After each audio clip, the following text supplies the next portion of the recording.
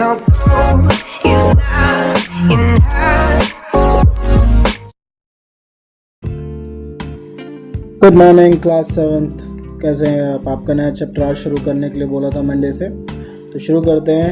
आपका latest chapter है data handling, chapter 3। बहुत सिंपल चैप्टर है, गिन चुन के 5 टॉपिक हैं, बहुत छोटा चैप्टर, ठीक है। मज़ेदार फन वाला चैप्टर भी है, अगर आप टाइमली इसको पढ़ते रहेंगे, साथ साथ करते रहेंगे, ठीक है। तो शुरू करते हैं। जो चीज़ें इस चैप्टर के अंदर याद रखने की है और थोड़ा लिखने का है, अधिकतर तो मैथ को तो करना ही है, लेकिन समझना भी ज़रूरी है कि हम कर क्या रहे हैं। सबसे पहले data, the information collected in forms of number. अगर नंबर्स के फॉर्म में इंफॉर्मेशन कलेक्ट करी जाती है उसको कहते हैं डाटा, ठीक है। कैसे नंबर्स के फॉर्म में? जैसे आपके टेस्ट होते हैं और रिपोर्ट कार्ड बनता है। रिपोर्ट कार्ड क्या है? सारे साल का आपका डाटा है। रिपोर्ट कार्ड तो सबने देखा है ना, किस सब्जेक्ट में कितने नंबर है। अब आप अपना रिपोर्ट कार्ड 10 साल बाद भी देखोगे, आपको समझ आ जाता है ना कि कौन से साल का रिपोर्ट कार्ड है, क्योंकि वो भी लिखा रहता है। आप कौन सी क्लास में थे वो भी लिखा रहता है, कौन से सब्जेक्ट में कौन से महीने में पेपर हुआ वो भी लिखा रहता है, होता है कि नहीं। तो फिर ये इसको कहते हैं, ये हो गया ऑर्गेनाइजेशन। डाटा तो जो हमने डाला और फिर उसको ढंग से ऑर्गेनाइज करके रखना। अब अगला क्या है?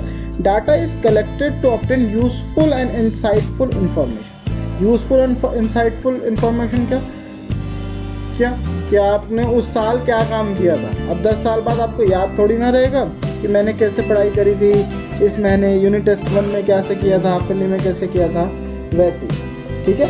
ये तो आपके नंबर्स हो गए। या फिर डेफिनेशन के अकॉर्डिंग किसी भी मटेरियल का, किसी फैक्ट्री का भी डाटा हो सकता है कि फैक्ट्री ने इस साल कितने खिलौने बनाए, फिर कौन कौन से खिलौने बनाए, कौन कौन से खिलौने कितने बनाए, फिर कौन कौन से खिलौने कितने रंगों में बनाए। अलग अलग टाइप का डाटा हो सकता है, लेकिन data needs to be organised in a proper table. अगर मैं आपके सारे नंबर बिना सब्जेक्ट लिखे बस डाल दूं, एक साल के सारे नंबर एक साथ लिख दूं, आप पता लग पाएगा कि कौन से सब्जेक्ट का नंबर है? अगर मैं वहाँ पे सब्जेक्ट के नाम ही ना लिखूं, आपको क्या पता लग पाएगा? नहीं पता लग पाएगा ना। क्या पता लगेगा? कुछ भी नंबर है, क्या पता लगेगा? तो data needs to be organised in a proper table so that it can become easy to understand and interpret मतलब आपकी मम्मी भी देखती हैं, वो भी समझ जाती हैं, आप देखते हैं, आप भी समझ जाते हैं, आप दूसरे स्कूल में जाते हैं, वहाँ आपका रिपोर्ट कार्ड चेक करते हैं, वो भी समझ जाते हैं कि बच्चा होशियार था कि लापरवाह था। अब रेंज क्या होता है? रेंज कभी आपने सुना होगा। आप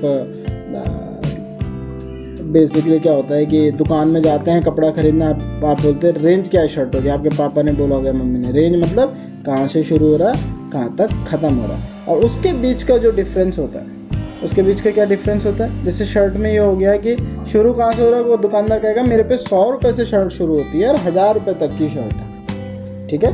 तो रेंज क्या हो गया? इन दोनों के बीच का difference 1000 minus 100, that would be 900। तो क्या लिखा है? The difference between highest and lowest observation, ठीक है, in a given data is called its range. सबसे ऊंचा जो भी रकम आती है किसी भी चीज़ की, चाहे आपका अगर रिपोर्ट कार्ड में कहें तो आपके सबसे ज़्यादा नंबर और आपके सबसे कम नंबर। कपड़े की दुकान में कहें सबसे महंगा कपड़ा, सबसे सस्ता कपड़ा, ठीक है। इसके बीच का जो डिफरेंस होता है बच्चों, दिस इज कॉल्ड रेंज। ये तो हो गया थियोरेटिकल पोर्शन, लेकिन ये भी समझना बहुत ज़रूरी है। आगे बढ़ते हैं। 3 टॉपिक आएंगे, मीन, मोड और मीडियम। गोट लीजिए, बहुत आसान है, गोट लीजिए। मैंने यहाँ पे डेफिनेशन लिखी है, डेफिनेशन इतनी काम की नहीं होती, लेकिन जानना वो भी बहुत ज़रूरी है। मीन क्या होता है? मीन माने एवरेज को ही द एवरेज और अरिथमेटिक मीन को ही एवरेज बोलते हैं, ठीक है। कभी आपसे कहेंगे एवरेज निकालना है, अगली क्लास में कभी 8th क्लास में 10th क्लास में कहीं नंबरों का एवरेज निकालिए, तो एक तरीके से मीन ही बोल रहे हैं आपको, ठीक है। लेकिन दुनिया में हम अधिकतर एवरेज ही बोलते हैं, ये निकालना पड़ता है। ये कोई मैथ्स का टॉपिक नहीं, ये लाइफ का टॉपिक है। इसको इतना आप पढ़ लीजिए, मैं ये नहीं बोलता, मैं आपको सीधा मुद्दे पे लाता हूँ। ऊपर देखिए, mean is equal to sum of all observation upon number of observation. अगर हम क्या करते हैं, आपके टेस्ट हुए सपोज, एक मैथ का, एक हिंदी का, एक इंग्लिश का, ठीक है। तो ये क्या है, मैथ के नंबर आए कितने आ गए, मान लीजिए 10 आ गए, इसके कितने आ गए, हिंदी में 8 आ गए, इसमें आ गए 9 आ गए, ओके। तो कितने ऑब्जर्वेशन है टोटल, एक मैथ का, एक हिंदी का, एक इंग्लिश का, 3 ऑब्जर्वेशन। नंबर ऑफ ऑब्जर्वेशन कितना आ गया बच्चों, 3। और सम ऑफ ऑल ऑब्जर्वेशन, सम कर दो इनका, टोटल कितने थे, 1 2 3, नंबर ऑफ ऑब्जर्वेशन 3, यहाँ तक समझ आ गया। और ऊपर सम ऑफ ऑल ऑब्जर्वेशन, ये नहीं कि क्या बस ऐड करिए, 10 + 8 + 9 कितना आ गया, 27, डिवाइड कीजिए, 3 ये आ गया 9। तो मीन कितना हो जाएगा आपका, 9। इन नंबरों का अगर मीन निकाला तो क्या हो जाएगा आपका, 9। ओके बच्चों, ठीक है। एक एग्जांपल देखते हैं, 2 एग्जांपल है बल्कि, और ध्यान से देखिएगा। What is the mean of, कितने दे रखे हैं, 1 number, 2 number, 3 number, 4 number, 5 number दे रखे हैं, अलग अलग हो, एक जैसे हमको मतलब नहीं। नंबर सेम भी तो आ जाते हैं, हिंदी में और मैथ में नंबर सेम भी तो आ सकते हैं, तो इससे कोई मतलब नहीं। 5 आपको क्या दे रखे हैं बेटे, नंबर 5 मतलब ऑब्जर्वेशन, क्या आ गया नीचे, ऑब्जर्वेशन कितनी है, 5। और ऊपर क्या आएगा, सम ऑफ ऑब्जर्वेशन, 26 + 28 + 25 + 32 + 24, ये लिखिए। ऐड कीजिए, 5 से डिवाइड कीजिए, जो भी आंसर आपका आएगा, चाहे वो पॉइंट में आए, फ्रैक्शन में आए, कोई फर्क नहीं पड़ता, that would be a mean. समझ गए। जितने भी ऑब्जर्वेशन हैं, जैसे पीछे आपके पेपर करे थे, एक में 10 आया था, एक में 8 आया था, एक में 9 आया था, 3 ऑब्जर्वेशन थे, तो टोटल कितना से डिवाइड होगा, 3 से, 3 है क्योंकि 3 आइटम। अब टोटल करिए, ऊपर ये आ गया, ऊपर आ जाता है आपको 27, नीचे 3 कटेगा 9, सेम यहीं पे हुआ। ये सबको ऐड किया, टोटल खुद कितने हैं, 1 2 3 4 5 लिखा, डिवाइड कर 27। नीचे वाला क्वेश्चन देखिए, द मीन ऑफ 10 ऑब्जर्वेशन, पहले ही दे रखा, ऑब्जर्वेशन कितने हैं, 10, वॉज कैलकुलेटेड 40, कितना आया मीन उसका, 10 ऑब्जर्वेशन थे।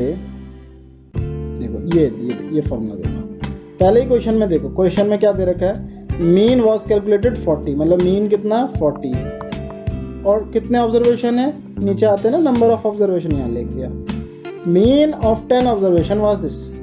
तो यहाँ पे क्या आएगा, सम ऑफ ऑब्जर्वेशन, ऑब्जर्वेशन के सम, ये देखिए यहाँ लिखा हुआ है, ऊपर क्या आता है, सम ऑफ ऑब्जर्वेशन, ठीक है। अच्छा चलिए, नीचे यहाँ लिखा हुआ है, आगे क्या कहते हैं, इतना तो हमें क्वेश्चन की पहली लाइन से ही पता लग गया, इसलिए क्वेश्चन पढ़ते पढ़ते ही नोट्स बनाने चाहिए। मैंने पहले भी आपको किसी वीडियो में बोला होगा, जो बच्चा साथ साथ लिखता जाता है तो आधा क्वेश्चन सॉल्व होता जाता है। रफ में करिए, धीरे धीरे आप सीख जाएंगे, कुछ टाइम लगेगा, 1-1.5 साल लगेगा, और फिर सीधा फेयर में लिखेंगे, बहुत स्पीड बढ़ जाएगी। रफ तो बहुत important. It was detected on rechecking that value of 45, एक वैल्यू रही होगी, जैसे ये वैल्यूज है ना, ऊपर देखिए, ये मैं रंग बदल लेता हूँ आपको ढंग से दिखाई, ये देखिए, ये वैल्यूज देखिए, ये खूब सारी वैल्यूज हैं कि नहीं है, ठीक है। जैसे 5 वैल्यू दे रखी, सपोज ऐसी वैल्यू थी 10, अलग 5 ये थी, 5 और होंगी, उसमें से एक वैल्यू रही होगी 45, उसको गलती से जब लिखा गया यहाँ पे फॉर्मूले में, तो क्या लिख दिया गया, 15, 45 की जगह क्या लिख दिया गया, 15। तो मीन तो हमको ऑलरेडी पता है 40, लेकिन अब करेक्ट मीन निकालना है। अगर उन 10 में से एक जो कि 45 थी, एक ही वैल्यू थी, वो गलती से 15 हो गई, तो अब यहाँ तक हम आ चुके हैं।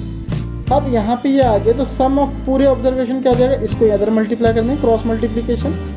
क्रॉस मल्टीप्लीकेशन का रूल क्या होता है, इसको 40/1 लिख सकते हैं, 1 इधर मल्टीप्लाई हो जाएगा, 10 इधर, 1 मल्टीप्लाई होकर क्या आएगा, वही आएगा, क्या फर्क पड़ता है, तो इधर आ गया, तो ये गया 400 equal to sum of observation, ठीक है।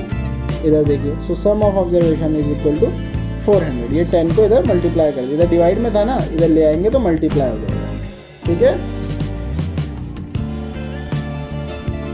बट दिस इज इनकरेक्ट सम, हमें पता है कि क्वेश्चन में बताएगा कि कॉपी गलत हो गया था, तो फिर गलत ही आना था। अब इसको सही कैसे करेंगे, सही ऐसे करेंगे कि क्या कॉपी हो गया था, 15, पहले तो आप 15 इसमें से घटा ही दीजिए, क्योंकि ये गलत कॉपी हो गया था। अब घट गया, तो जो भी सम आया, मान लीजिए आ गया, घट के कितना आ जाएगा, 385 आ गया, 385 10 का सम नहीं, अब ये 9 का रह गया, क्योंकि जो एक आइटम था वो हमने घटा दिया।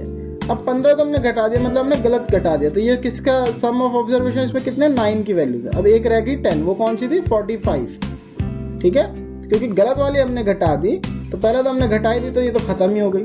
और अब ये वापस ऐड कर देंगे प्लस 45, 385 प्लस 45 कितना आ जाएगा 430। ये देखिए क्या करा, करेक्ट सम क्या होगा, इनकरेक्ट सम जो आया था क्या आया था 400 आया था, उसमें से कितना घटा दें जो गलत लिख लिया गया था, और फिर ऐड क्या करते हैं जो सही नंबर था, पहले गलत हटा दिया फिर सही जोड़ दिया उसी।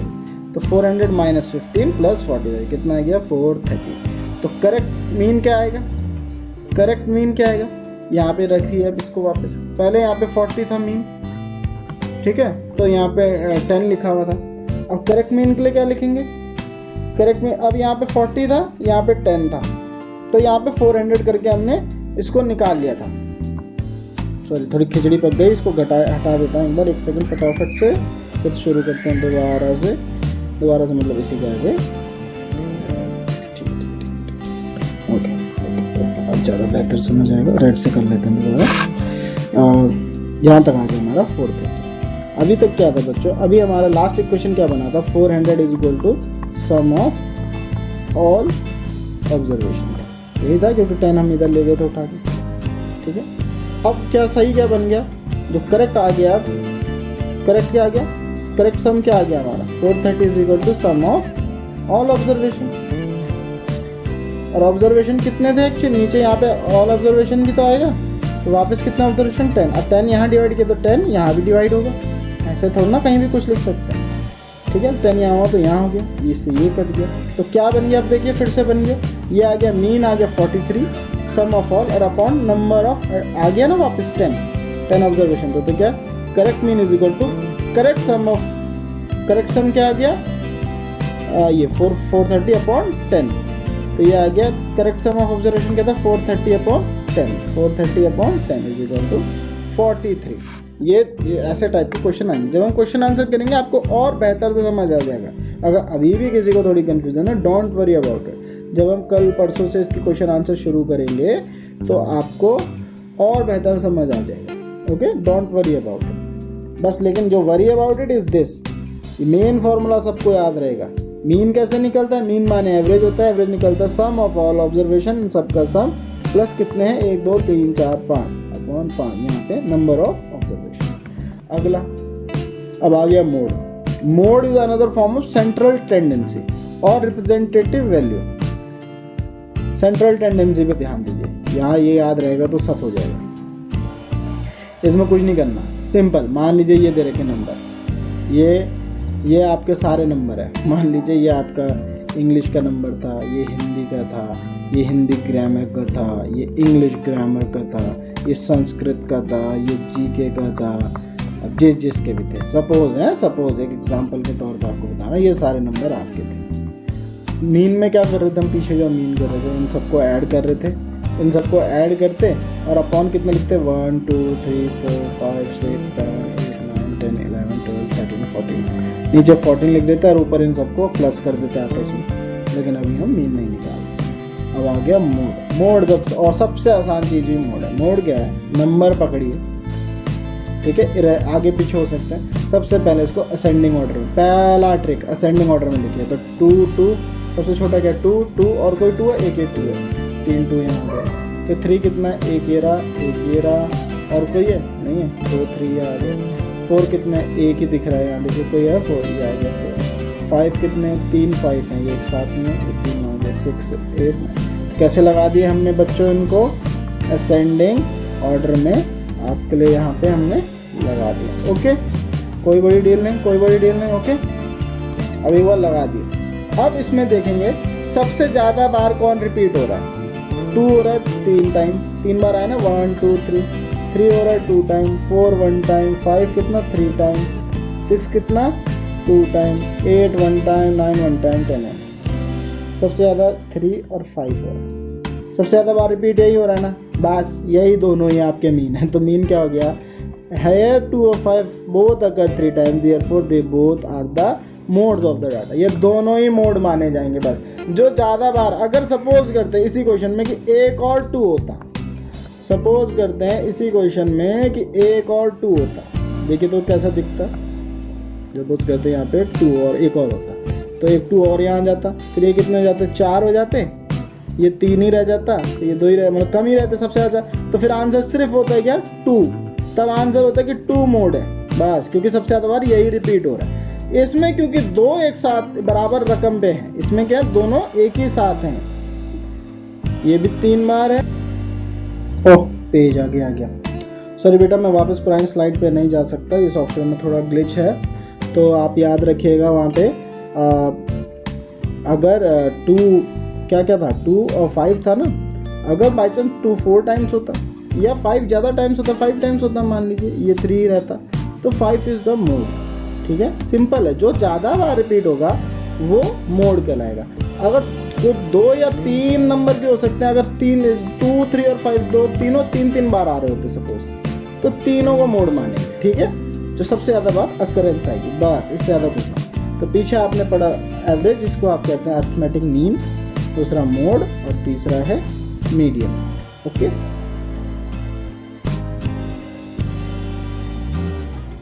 मीडियन भी बहुत सिंपल है, अपने सारे ऑब्जर्वेशन ये दे रखे हैं। ठीक है, डेफिनेशन पे बात पे जाएंगे, पहले मुद्दा देखो। सारों को पहले असेंडिंग ऑर्डर, पहला क्या है, सबको असेंडिंग ऑर्डर लिख लीजिए। फर्स्ट स्टेप असेंडिंग ऑर्डर में सेट कीजिए। दूसरा गिनिए, कितने हैं 17 है, गिनिए यहाँ से यहाँ तक, कितने हैं 17 है। ठीक है, अपनी रफ कॉपी में लिखिए, वीडियो पॉज कीजिए, चलिए लिखिए असेंडिंग ऑर्डर में लिखिए, अपने आप लिखिए, करके आएगा। कितने हैं टोटल 17 हैं, पॉज कर लीजिए और लिख लीजिए और फिर शुरू कर लीजिए। चलिए, अगर आपने अब तक लिख लिया पॉज करके तो आगे बढ़ते हैं। 17 है टोटल। ठीक है, ठीक है, तो हमको अब ऐसी वैल्यू ढूंढनी है, ये 17 है ना, तो हमारा नंबर क्या आएगा, हम इसको फॉर्मूले में ऐसे रखेंगे, या फॉर्मूला छोड़ो, मैं तो कहता हूँ और इजी तरीके से समझते हैं। ठीक है, टोटल कितने हैं 17। अब ऐसा कौन सा नंबर है, अगर 1 to 17 है, 17 में मिडिल फिगर देखिए, 1 कितने देखिए 1 2 3 4 5 6 7 8 9 10 11 12 13 14 15 16 17। ठीक है, 17 नंबर है। अगर मैं 9 पे गौर से देखूं, 9 को देखूंगा, इधर कितने 8 और इधर कितने 1 2 3 4 5 6 7 8। तो बस जो इस सारी सीरीज को बीच में से कट कर दे बराबर, पहले ascending order, first is ascending, और उसके बाद देखना है कि बीच में से कट कर दे। 8 इधर आ गए और 8 इधर आ गए, तो 9th नंबर पे क्या है 115। सो 115 will be 115 will be your answer. बस इतना सिंपल है, इतना सिंपल है। समझ आ गया? नहीं आया अभी वीडियो पीछे करें, दोबारा सुनें, बहुत सिंपल है। अब 17 में तो ढूंढना आसान है, ऑड नंबर में तो बराबर बराबर बढ़ जाएगा। देखो क्योंकि क्या होता है, इवन नंबर तो आपस में डिवाइड हो जाएंगे, इवन नंबर तो आपस में डिवाइड हो जाते हैं बराबर बराबर 2 से, लेकिन ऑड क्या होता है, इवन प्लस 1 होता है। ठीक है, तो इसमें आराम से इधर 8 मिल गए, इधर भी 8 मिल गए, बीच वाला जो नंबर बचा वो आपका आंसर होगा। लेकिन जब इवन नंबर हो गए, सपोज नीचे वाला क्वेश्चन देखते हैं, लेकिन मेरे को लग नहीं रहा ये भी इवन है। ये हो गया 24 36 1 2 3 4 5 6 7।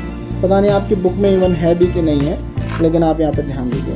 ये 7 है तो ये तो सिंपल वैसे देखिए, असेंडिंग लगाया, 7 को कैसे बांटेंगे, 3 इधर 3 इधर, एक बीच में, ये देखो 3 इधर 3 इधर, ये बीच में, बस बन जाएंगे। लेकिन अगर इवन होते, इसके आगे जोड़ देता हूँ मैं, जो सबसे बड़ा नंबर होगा 48।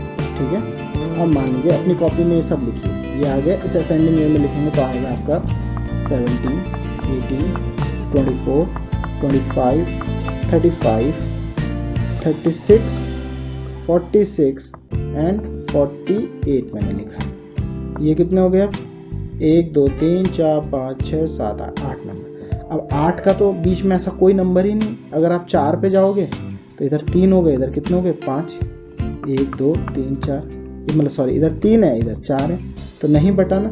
35 लेंगे तो इधर 3 हो जाएगा, इधर 4 हो जाएंगे। तो हमें इन्हें ऐड करना है, 25 + 35 और अपॉन 2 कर देना है। This will be simply solved. ठीक है, 60/2, तो आंसर आ जाएगा 30 विल बी योर मीडियन। मुझे लग नहीं रहा है कि आपकी बुक में शायद ये दे रहा होगा, तो देख लेंगे, जब क्वेश्चन आएगा तब देख लेंगे। Okay, simple, mean mod median. अब आ जाते हैं बार ग्राफ पे। बार ग्राफ क्या करता है? Bar graph is a representation of numbers using bars of uniform width. इसको ग्राफ पेपर में करिएगा। ग्राफ पेपर देखा, सबने देखा होगा, नहीं देखा तो पता नहीं क्या कर रहे थे आप। ग्राफ पेपर होता है ग्रीन कलर का, उसमें सेंटीमीटर बाय सेंटीमीटर के ब्लॉक्स होते हैं। तो हमें एक ही ग्राफ पेपर में ये पकड़ना पड़ता है, या फिर अगर आप स्केल से बना रहे हैं तो बिल्कुल बराबर चौड़ाई के बनाएंगे। तो इसको समझ कर देखिए। Day of the week Monday में क्या हुआ, कितने फोन सोल्ड हुए? 20। ट्यूसडे में क्या हुआ? 90। वेडनेसडे में क्या हुआ? 30। थर्सडे में इतने, संडे तक इतने फोन सोल्ड हुए। अब इसको हम ग्राफिकली कैसे दिखाएंगे? देखिए हमने क्या करा, हमने 2 लाइनें खींच ली अपनी कॉपी में इधर, अब बिल्कुल 90 डिग्री पे एक ही। अगर ग्राफ होगा तो ग्राफ में ऐसे लिखेंगे, ठीक है। इधर लिख देंगे हम ये सब। पहले देखिए, ये तो आ गया आपके डेज, ठीक है, ये आ गया आपके डेज, मंडे ट्यूसडे वेडनेसडे जो यहाँ पे लिखे हुए थे। दूसरा कलर ले लेते हैं, इधर आ गया आपके नंबर ऑफ मोबाइल सोल्ड, ये आ गया आपके सोल्ड, ठीक है। अब हमने ये माना है कि जो हर लाइन का यहाँ से डिफरेंस होगा, ये इसमें स्केल भी सेट करना पड़ेगा। जैसे आपने ग्राफ पेपर में देखोगे, ऊपर देखो, इसके बीच में गैप होता है ना, बराबर होता है कि नहीं होता? इसके तो जो ये गैप है यहाँ देखते हैं, नीचे देखते हैं, गैप को देखिए, इसमें हमने इसको स्केल देना है कि एक जो सेंटीमीटर की लाइन है ये आखिर कितनी बड़ी है, ठीक है। तो इसको हमने माना, ये तो 0 हो जाएगी, बेस लाइन 0 से शुरू है, इसको 20, 40, 60, 80, 20 एक ही है तो 20 की चलेगी बस। 100, 120, इससे ऊपर होता तो 140, इससे ऊपर होता 160, जितनी लाइनें हैं ये ऐसी चलती रहेगी। हमें रिक्वायरमेंट मैक्सिमम का है 100 की, तो हमने इसको ज़्यादा से ज़्यादा 120 पे तोड़ दिया, इससे आगे हमें ज़रूरत नहीं। तो पहले दिन हमारे कितने विकेट है? मंडे को 20, तो मंडे को हमने यहाँ से पकड़ी लाइन और 20 तक बना दी। ट्यूसडे को कितने के? 90, तो 80 तक तो ये सीधा यहाँ तक आ गया, देखो आ गया नहीं 80 की लाइन तक। 10 कहाँ पे आएगा? 100 और 80 के बीच में, तो हमने वहाँ पे ग्राफ पेपर में और आसानी से होगा, यहाँ तक जाना है पॉइंट ऊपर और 90 तक कवर करना, क्योंकि ग्राफ पेपर में बारीक लाइनें दी रहेंगी नीचे आपको 10-10 की, ठीक है। उसी तरह वेडनेसडे की देखेंगे तो 20 तक यहाँ 10 ऊपर और जाएंगे, फिर 60 है तो 60 की लाइन तक जाएंगे, फिर 90 है तो अगेन 90 की लाइन तक जाएंगे। फिर आगे क्या है? सैटरडे को कितने हैं? 60 है, तो यहाँ से करेंगे 20, 40, 60 तक जाएंगे, यहाँ देख सकते हैं 60 यहाँ तक लाइन जाएगी। फिर अगला संडे 100 की लाइन कहाँ है? ये है, तो यहाँ से शुरू करेंगे और यहाँ ऐसे, और इसको कलर भी कर सकते हैं अच्छा दिखने के लिए, कलर कर सकते हैं जैसे पहले बना के दे रखा था आपको। ये होता है बार ग्राफ। ये करके आएगा, पढ़ के नहीं आएगा, जब करेंगे तब समझ आएगा, लेकिन इसको याद रखें मैंने क्या बताया, हल्का फुल्का भी याद रखा, बहुत आराम मिलेगा। अगला आ गया डबल बार ग्राफ, एक ही में डबल रिप्रेजेंटेशन। कैसे होगा? नंबर यहाँ पे क्या देखो, इसको देखते, फेवरेट स्पोर्ट निकाला एक क्लास का, ठीक है। उसमें हमने स्पोर्ट्स दिया आपको, सॉकर, सॉफ्टबॉल, बास्केटबॉल और अलग खेल कोई भी जो आप सपोज करें। सॉफ्टबॉल आपको शायद पता ना हो, गूगल करिए देखिए पता लग जाएगा। सॉकर, सॉफ्टबॉल, बास्केटबॉल, और 4 टाइप के हमने यहाँ पे क्या बनाई, 4 टाइप के हमने फील्ड बनाए, ठीक है। ये हमने डाल दिया नंबर ऑफ स्टूडेंट। अगेन देखिए कैसे 0, 1, 2, यहाँ पे लाइन है तो मैं डाल सकता हूँ, ठीक है। अब इससे हमें कैसे पढ़ना है, देखिए सॉकर को अब यहाँ पे देखिए 2 कलर का मैं, पीला रंग हो गया गर्ल्स, लाल रंग हो गया बॉयज। सॉकर को गर्ल्स 6 गर्ल्स पसंद करते और बॉयज कितने? 3 बॉयज पसंद करते सॉकर। एक ही से पता लग रहा है ना, क्योंकि पीला रंग किसका? गर्ल्स, तो सॉकर लड़कियां भी बाढ़, मतलब यहाँ पे एक ही साथ हमने क्या करा, वहां तो मेरा एक ही ग्राफ था डे के हिसाब से, यहाँ पे एक ही स्पोर्ट में हमने और विच्छेद कर दिया कि ये लड़कियों का ही बना दिया, लड़कों का ही। अब सॉफ्टबॉल में क्या, 2 ही लड़कियां पसंद करती हैं, 2 ही लड़के पसंद करते हैं। बास्केटबॉल क्या, लड़कियां एक ही पसंद करती है बास्केटबॉल, और लड़के 4 पसंद करते हैं, सॉरी 5 पसंद करते हैं। समझ रहे आप, एक ही से पढ़ पा रहे हैं। तो अभी ऐसे क्वेश्चंस आएंगे जब आपका हम चैप्टर चलाएंगे जिसमें ये दोनों आपको अच्छे से समझ आ जाएंगे, बार ग्राफ और ये। अब प्रोबेबिलिटी आता है। प्रोबेबिलिटी बेटा बस ये ध्यान दीजिए और मेरी कहानी सुनिए जो मैं आपको सुना रहा हूँ। हमने एक सिक्का उछाला, आपने बोला टेल्स, कितने चांस है कि टेल्स आएगा? कितने रिजल्ट आ सकते हैं भाई एक बार बताइए? सिक्का खड़ा रह सकता है? नहीं रह सकता। सिक्का खड़ा बहुत 1 in a million चांस होता है खड़ा रह जाए। सिक्का हमेशा गिरता ही है। आपने कभी कोई सिक्का उछाला जो खड़ा ही रह गया हो बिना किसी सपोर्ट के? दीवार के कोने में नहीं, बस अपने आप ही जमीन पे गिरा खड़ा हो गया, ऐसा बहुत ही रेयर केस है, बहुत ही रेयर। तो उसको हम नहीं गिनेंगे रेयर केस होगा। हम ये देखेंगे कि कितने आ सकते हैं हमारे आंसर। 2 ही तो आंसर आ सकते हैं, तो टेल्स आएगा, ये हेड्स आएगा, तो हमने लिख दिया नीचे 2 ही आंसर आ सकते हैं। और आपने इसमें से आपका कितनी बार आ सकता है, इन 2 में से कितनी बार आ सकता है आपका आंसर? एक ही बार तो आ सकता है। अगर हेड्स आएगा तो नहीं आएगा, टेल्स आएगा तो आपकी प्रोबेबिलिटी एक सिक्का उछालने में 1/2 हो गई जीतने की। समझ गए? जीतने की आपकी कितनी प्रोबेबिलिटी होगी? 1/2। हारने की भी 1/2। जीतने का बन गया कि 2 आंसर आने, एक बार आप जीत सकते हो बस। और हारने में भी क्या होगा? 2 ही आंसर आने और एक ही बार हारोगे, क्योंकि हेड्स भी एक ही बार आएगा अगर एक ही बार हमने सिक्का उछाला। ठीक है, तो प्रोबेबिलिटी ऑफ एन इवेंट, वापस यहाँ आइए, प्रोबेबिलिटी ऑफ एन इवेंट क्या है? Total number of outcomes, total outcome क्या आ सकते हैं। ठीक है, टोटल आउटकम क्या आ सकते हैं, कितने आ सकते हैं सिक्का उछालने पे? 2। या तो हेड आएगा, टेल, 2 ही आएंगे। और number of outcome favourable to the event, आपके लिए कितने फेवरेबल होंगे कि आप जीत जाएंगे? इन 2 में से एक ही तो होगा। अगर हेड आएगा तो आप हार जाएंगे, तो फेवरेबल नहीं रहेगा ना, अनफेवरेबल हो जाएगा। तो फेवरेबल क्या है? देखिए, अब जो ताश के पत्ते होते हैं कितने होते हैं? 13। ताश के हो गए 52 पत्ते। ओके, 52 कार्ड्स होते हैं ताश में। कितने कार्ड होते हैं? 52। ठीक है, और मैंने कहा इसमें से निकालिए 1 का कार्ड होता है। कितने कार्ड होते हैं 1 के? याद करिए, 4 टाइप के कार्ड होते हैं। 1 ऑफ हार्ट होता है, 1 ऑफ डायमंड होता है, और 1 ऑफ क्या होता है, वो पता नहीं क्या चिड़िया बोलते हैं लोग उसको और 1 ऑफ कुछ और भी, एक और भी तो होता है, हाँ ये ऐसे उल्टा हार्ट था।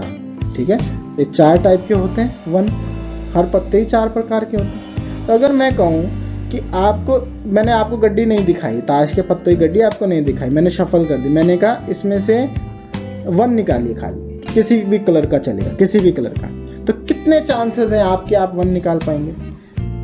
टोटल पत्ते कितने हो गए? टोटल नंबर ऑफ आउटकम क्या? 52 पत्ते, 52 ही तो, 52 में से कोई सा एक ही खींच सकते हैं ना, तो 52।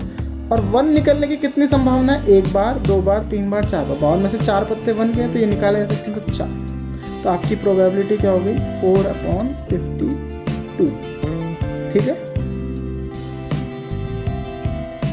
अब अगर कोई प्रोबेबिलिटी है कि ये काम होगा ही होगा, ठीक है, मान लीजिए अब हो गया हमारे पे एक ऐसा काम है जो होगा ही होगा। जैसे पक्का काम किसे कह सकता है? एक काम है कि होगा ही होगा। जैसे कल, अगर मैं आपसे क्वेश्चन पूछूं, कल सुबह सूरज उगेगा या नहीं उगेगा, इसके कितने चांसेस हैं? आपको होगा सर 100% होगा, मतलब होना ही होना। तो नीचे देखिए, probability event which is certain to happen. सुबह चांद आएगा ही आएगा ना। टोटल नंबर ऑफ आउटकम कितने होते हैं? चांद या तो आएगा ही आएगा, और उसमें कितनी बार हो सकता है? तो 1 बार ही चांद हो, मतलब चांद क्या, सॉरी सूरज आना ही आना है। एक ही कंडीशन है जो हमें पता है कि सूरज आता ही आता है। और कितनी, अगर आपने कहा एक ही बार आएगा तो एक ही बार ही आएगा, तो 1/1, तो प्रोबेबिलिटी 1 हो गई। जिस काम को कहेंगे 100% श्योरिटी वो होगा ही होगा, certain to happen, which is certain to happen, उसकी प्रोबेबिलिटी हम कहेंगे 1। ठीक है, और probability of event which is impossible to happen. अब मैं आपसे ये कहूँ कि सुबह पहाड़ों के ऊपर हमको पानी का जहाज दिख जाएगा, दिख सकता है? पहाड़ पे पानी का जहाज कैसे पहुंचेगा? तो समुद्र में होता है। तो उसके होने के चांस कितने भी हों, नंबर आउटकम मान लीजिए कितने भी हों, इन्फिनिट भी हों, ठीक है, लेकिन ऊपर आ सकता है, फेवरेबल है नहीं है, तो 0/anything क्या होगा? 0। तो जो काम हो ही नहीं सकता, which is impossible to happen, उसकी प्रोबेबिलिटी क्या बनती है? 0। और जो काम पक्का होगा उसकी प्रोबेबिलिटी 1। और बाकी सब आते हैं ऐसे फ्रैक्शंस, जैसे 52 कार्ड में से 1 निकालने की प्रोबेबिलिटी है 4, और उसी 52 कार्ड्स में से हार्ट का 1 निकालने की प्रोबेबिलिटी कितनी है? क्योंकि ये नहीं है, ये नहीं है, ये सिर्फ एक ही है ना, तो उसकी प्रोबेबिलिटी हो जाएगी 1/52। ओके, ठीक है बच्चों, इसी के साथ आपका इसका थ्योरेटिकल पोर्शन हो गया है। कल या परसों से आपको इस हफ्ते इसके पूरे क्वेश्चन आंसर्स कराए जाएंगे, और होपफुली आप टाइमली कर रहे हैं, घर पे ही हैं, सेफ रहिए, जब तक ज़रूरत नहीं, आपको तो कोई ज़रूरत ही नहीं है बाहर निकलने के लिए, आप घर पे रहेंगे, सेफ रहेंगे, ठीक है। ज़्यादा दोस्ती यारी दिखाने की ज़रूरत नहीं है। मुझे किसी पेरेंट की शिकायत नहीं आनी चाहिए कि आप बात नहीं सुन रहे। ओके, घर पे रहिए, और अगर कोई भी क्वेश्चन में दिक्कत आती है तो आप मेरे को रिटर्न मैसेज कर दीजिए। जिस भी नंबर से आपको काम आता है आप उस पर मैसेज कर दीजिए कि हमें पर्टिकुलर क्वेश्चन पे दिक्कत आ रही है, प्लीज़ ये वाला क्वेश्चन, उस क्वेश्चन की फ़ोटो डाल दीजिए, साथ में ऑडियो डाल दीजिए। उसे स्पेशली आपके लिए जो भी आपके होमवर्क के क्वेश्चन मैं आपको छोड़ के दे देता हूँ, और उसमें आपको कहीं दिक्कत आती है हम आपको क्वेश्चन करके आपके लिए अलग से वीडियो भेज देंगे, या ग्रुप में उस क्वेश्चन का वीडियो भेज देंगे। ओके, थैंक यू बच्चों।